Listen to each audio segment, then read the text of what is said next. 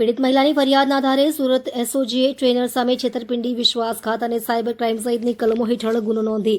તાત્કાલિક ધરપકડ કરી હતી. પોલીસ તપાસમાં જીમ ટ્રેનર સામે અન્ય મહિલાઓ પણ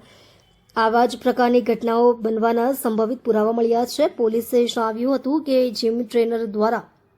મહિલાઓની ફિટનેસ જરૂરિયાતનો ગેરલાભ ઉઠાવી તેમને પોતાની જાળમાં ફસાવવામાં આવતી હતી. સુરતની મહિલાઓએ જીમ અને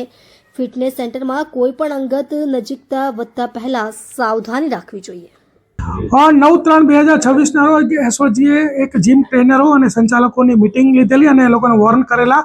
કે ભાઈ તમે જ્યારે પણ જીમ ટ્રેનર તરીકે કામ કરતા હોય અથવા જીમમાં જતા હોય તો ત્યાં તમારો શિક્ષકનો રોલ હોય છે. કોઈ પણ પરિણીત કે અપરિણીત મહિલાની જ્યારે તમે નજીક રહેતા હોય ત્યારે તમારે એમની સાથે કોઈ પણ સંબંધો બનાવવાની કોશિશ કરવાની નથી. તો આ જે વિડીયો સોશિયલ મીડિયામાં વાયરલ થયેલા અને એને જોઈને એક પરિણીત જે વ્યક્તિ છે એ પોતે જ આવી પરિસ્થિતિમાંથી પસાર થઈ રહ્યો, 7 વર્ષથી તેઓ હેરાન થતા હોય તેઓ અમારો સંપર્ક કરતા એમની જે સ્ટોરી અમે જાણી અને એ બાબતની ગઈકાલે પાલ પોલીસ સ્ટેશનમાં એક ફરિયાદ નોંધાઈ છે. ફરિયાદની વિગત એવી છે કે આજથી 7 વર્ષ પહેલાં આ વ્યક્તિ છે એમના જે પત્ની છે એ સિટીલાઇટ એરિયામાં પૂજા L1 કરીને જે જીમ હતું ત્યાં જતા હતા અને એ દરમિયાનમાં આ જે વ્યક્તિ છે શબ્બીર અસગર ટ્રંકવાલા એની સાથે સંપર્ક થયો. ત્યારબાદ એમની નજદીકી વધી અને ત્યારબાદ આ વ્યક્તિ વારે ઘડીએ આ જે આગેડ છે એના ઘરની આજુબાજુ, આ મહિલાના ઘરની આજુબાજુ એથર જે એનું બાઇક છે લઈને ફરતો હતો અને આજથી 7 મહિના પહેલાં આ વ્યક્તિએ એમ કીધું કે ભાઈ જો તારી પત્નીના વિડીયોઝ, ફોટોઝ પણ મારી પાસે છે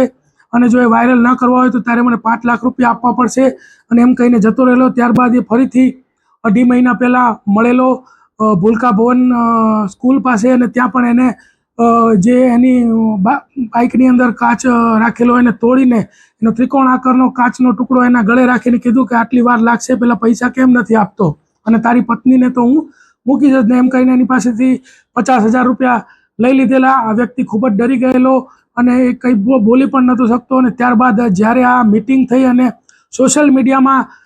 જે મીડિયા મિત્રોએ અવેરનેસ ફેલાવી અને જોઈ અને આ વ્યક્તિ અમારા સંપર્કમાં આવ્યો અને 308(5)ની 10 વર્ષની સજાનો ગુનો જે છે આ શબ્બીર અસગર ટ્રંકવાલા વિરુદ્ધમાં દાખલ કરવામાં આવ્યો છે.